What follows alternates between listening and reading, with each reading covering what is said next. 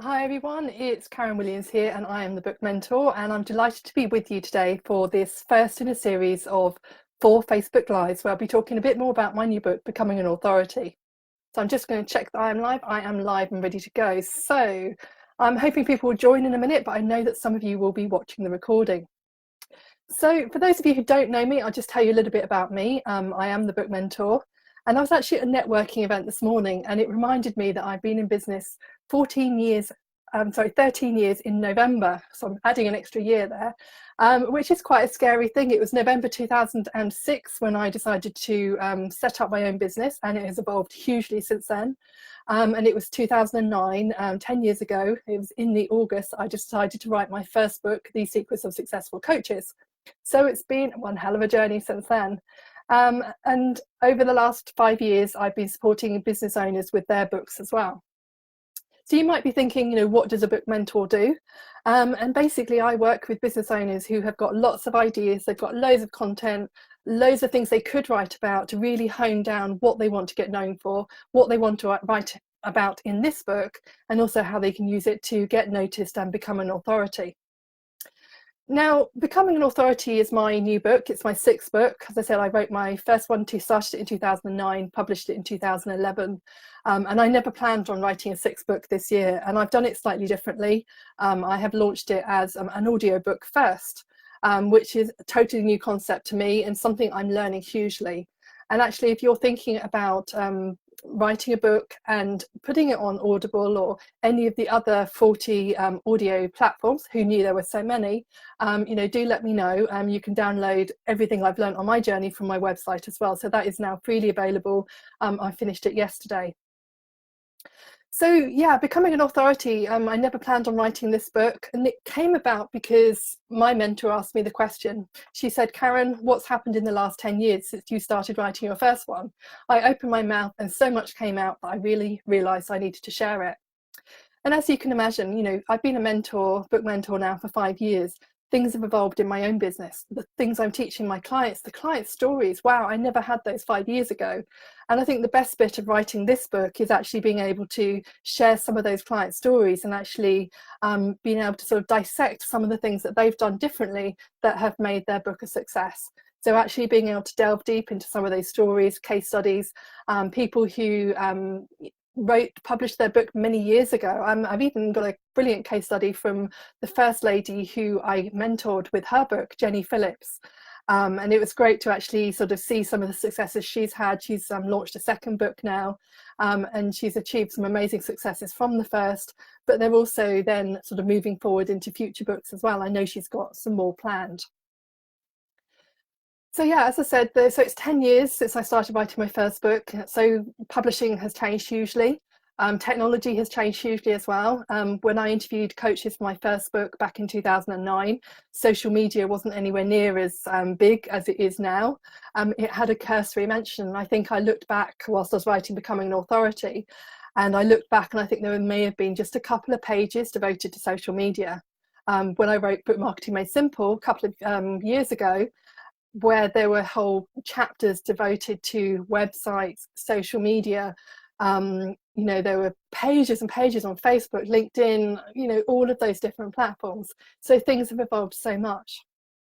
But you probably also find that despite the fact that it's easier to get published, technology has increased hugely.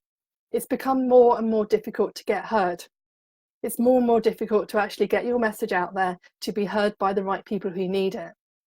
And that's really kind of where I started from in my book writing journey for this book and Becoming an Authority.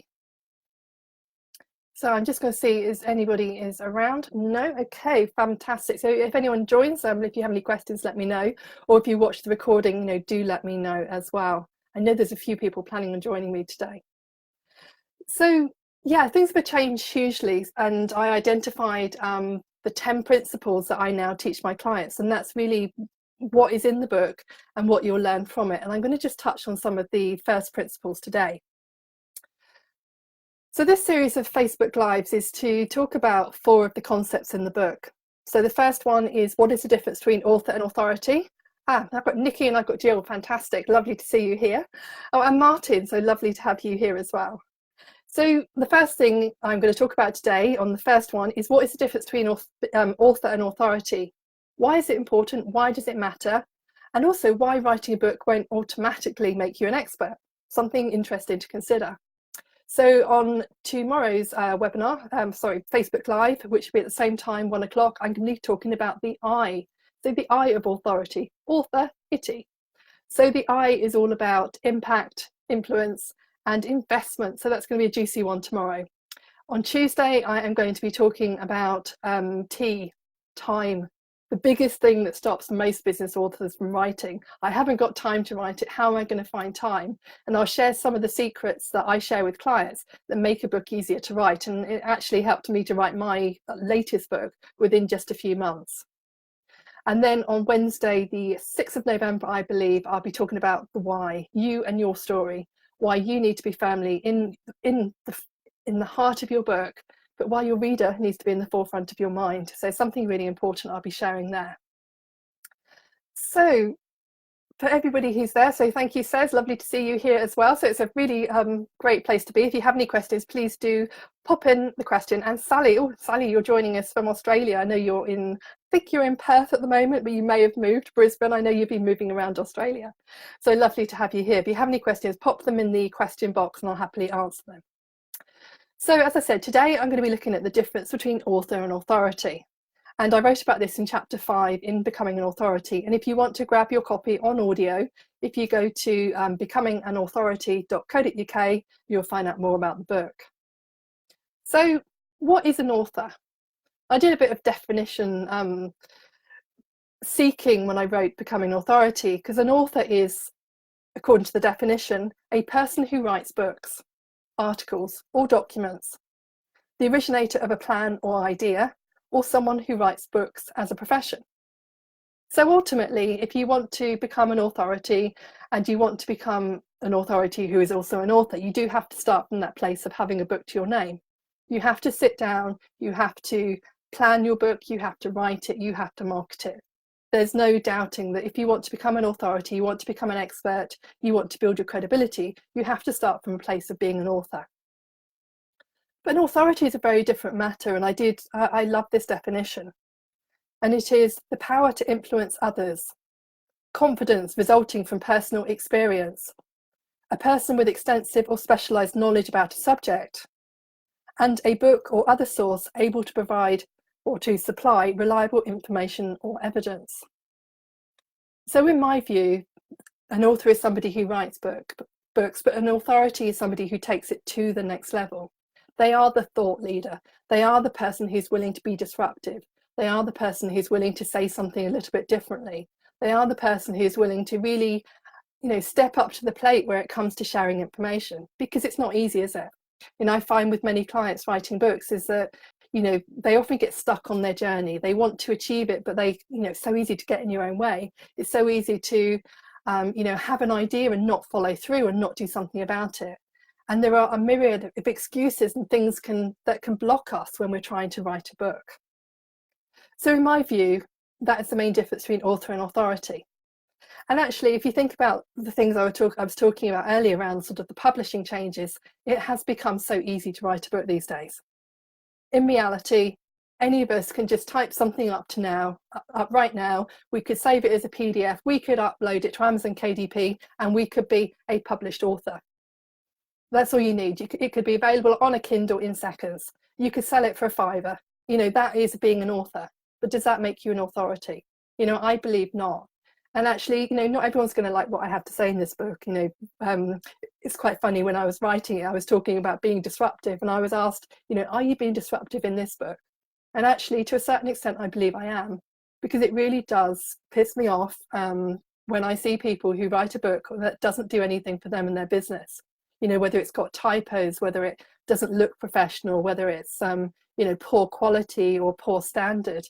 For me, that really, I want somebody to actually invest in a book, invest their time, their energy into a book that actually does what they want it to do, that it builds their authority. It helps them to get more speaking engagements. It helps them to get noticed. And actually, it helps them to make a bigger difference in the world, because that's the motivator behind many of us who want to write a book. And it's the motivator behind mine as well. So yeah, so that comes from my passion and the reason why I wrote it.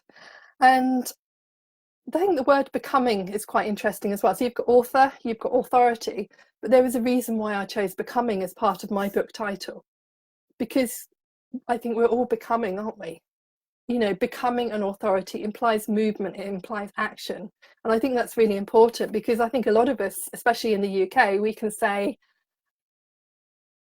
I'm not an expert yet. I'm not ready. I will do that when. But actually, we're all an authority in something. And becoming an authority is about stepping into that power. It's about stepping into that thought leadership. It's about owning what you know and be willing to step up and share it. And for me, that's what becoming is on authority is all about. We haven't all nailed it. I'm still becoming, I'm still on the journey. And as you know, I published my new book as an audiobook, and I've been on a journey to learn that as well. So it's all about the journey as well as the destination. So it's no in my new book, so there's various parts to the new book. The first part talks about the changes over the last 10 years, as I said earlier, in publishing, in technology, and also in the fact that it's become more difficult to get heard out there, especially as a business owner. And I've also included the 10 principles that I share with my clients. And it may surprise you, it may not surprise you, that writing is the principle I don't actually talk about until principle number 5. So if you think about authorship, anybody can write a book. Writing a book is easy. You could just pick up a pen and write. But there are 4 things that I believe you need to do first. And I'm just going to give you a few examples. I'm not going to share all 4 with you now. I do recommend you go and get a copy and have a listen into it. So the first one I'm going to share with you, just check my notes, is vision. Yeah, okay, let's talk about vision. So the first principle of becoming an authority is about starting with the end in mind. So you decide to write a book. You don't just sit down at your computer and you start writing it. The first principle, starting with the end in mind. And the first part of that principle is having a vision for your book. I did a survey back in the summer, and one of the questions I asked people was that question, what is the vision for your book? To really get people thinking. And there were 2 kind of areas that people were thinking about. So the first area they were thinking about was, the business vision, thought leadership, credibility, speaking engagements, reaching more people, getting more clients. Oh, becoming a blockbuster film, I think, was one of them as well. So kind of they had the business focus on. And then there's the personal side of things, like, leaving a legacy, making a bigger difference, reaching more people, fulfilling, an inner dream. It might be their life's work. It might be, so many different personal reasons for writing. And some of you may have your own personal reasons. And if you do, pop them in the box below. And actually, for those of you who are live or watching the recording through the Facebook group, what is your vision for your book? What do you want it to create? I know, Sally, you published with us a while ago. If you're still on the call, what was your vision? And are you achieving that vision through your book right now? I know that you're running workshops in Australia and you live in Wales. So obviously, you're achieving some amazing things. I know I'm going to be interviewing you soon about your book as well. So the vision for me is incredibly important. So yeah, Sally, you're a great example of someone with a vision. You wanted your research around reflexology, sort of lymph drainage to reach more people. So that was, your mission, your vision for doing it. I've got a couple of client books here I thought I'd share with you. So this is one lady, Emma Hector Saul. She published How to Be a Lady Who Leads, republished a 2nd edition, I think it was last year. Her vision for her book was to reach more people who are going through divorce. So more women who are going through divorce, who are struggling with, how do I work out the finances? How do I find a lawyer? And she was answering all of those questions that people had. And that was the vision for her book. And when it came to a vision, her vision was also to grow her business, of course. She works with high net worth individuals, mainly in London. And her vision was to move to London, which I know she's achieved. She was living in York before. She works with people in London, but she knows that not everyone can afford to work with her on a face-to-face basis. So she launched an online program off the back of the book. This book went all over the world. I know that she was in the New York Post. She was in papers, magazines, radio all over the UK as well. So she had a real clear vision for her book when she started. So having a vision for me is incredibly important, and that's starting with the end in mind. Starting with the end in mind is also about alignment, and that's alignment of your book to your business. So I'm about to come up with another example in a minute of somebody's book I haven't got here, so let's see if that happens. So this is another lady who is launching her book as we speak, a lady called Karen Mason, who has launched the book Pause. Now, her book came about because she was doing a lot of associate training and coaching as an associate rather than running it through her own business. But what she identified from first-hand experience is that many leaders and many managers were operating from an old mode of thinking, should I say, and I probably don't need to say too much more about that. So very dictatorial, very autocratic, and she knew there was another way. And a lot of her coaching and her training was, and obviously still is, and will continue to be, focusing on helping leaders to find a different way of getting their message out there in a more collaborative way. So this book was very much aligned to her business and where she wanted to take her business. And I do remember meeting in London for the planning day that we did to work on her book. And I think the biggest thing that she got from that day, as well as a really clear plan for writing it, was the fact that she got totally clear on her message. She knew exactly what she wanted to do. She knew exactly what she wanted to get known for. And it's fantastic that it's in the book, her 3 main principles that she talks about as well. And she went for full colour. And I'll talk about colour tomorrow, actually, when I talk about impact. And I'll talk about design of book as well, because obviously that makes an impact and makes a difference, but I digress right now. So starting with the end in mind is about vision, it is about alignment, and it's also about leverage. How am I going to leverage the book? So somebody like Karen, for example, she has a corporate book. You know, ideas behind leveraging that is she's doing a couple of book launches at the moment, one in Manchester, one in Edinburgh. Leveraging the book is through using the book as a vehicle to open doors into organisations.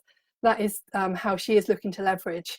So somebody like Emma, for example, she's leveraging her book through obviously selling it. Her book is always one of the top sellers through Librotas books that we have, but she also uses it obviously to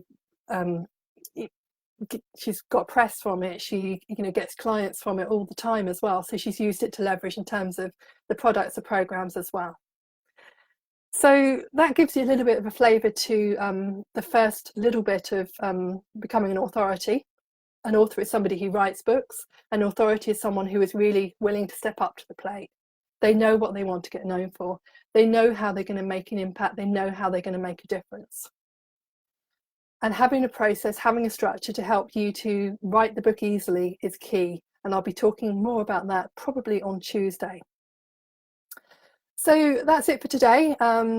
Thank you for those of you who are live. Thank you for those of you who are watching the recording.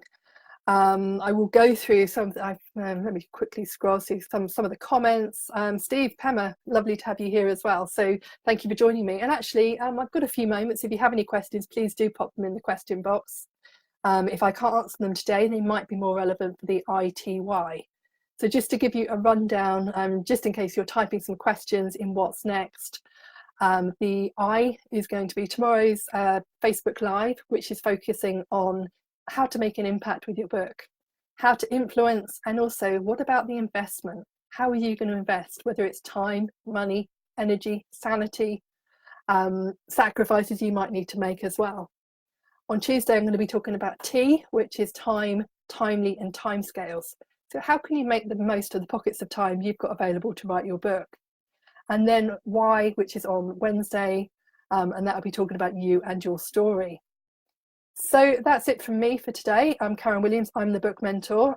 You can get a copy of Becoming an Authority, which is on audio now, which is at becominganauthority.co.uk. And if you'd like to chat about your book, how I can help, and also just to get some of that ideas out of your head and how you can become an authority with your book, please drop me a line, karen@librotas.com, or pop a note in the comments below. I'll see you tomorrow. Bye for now.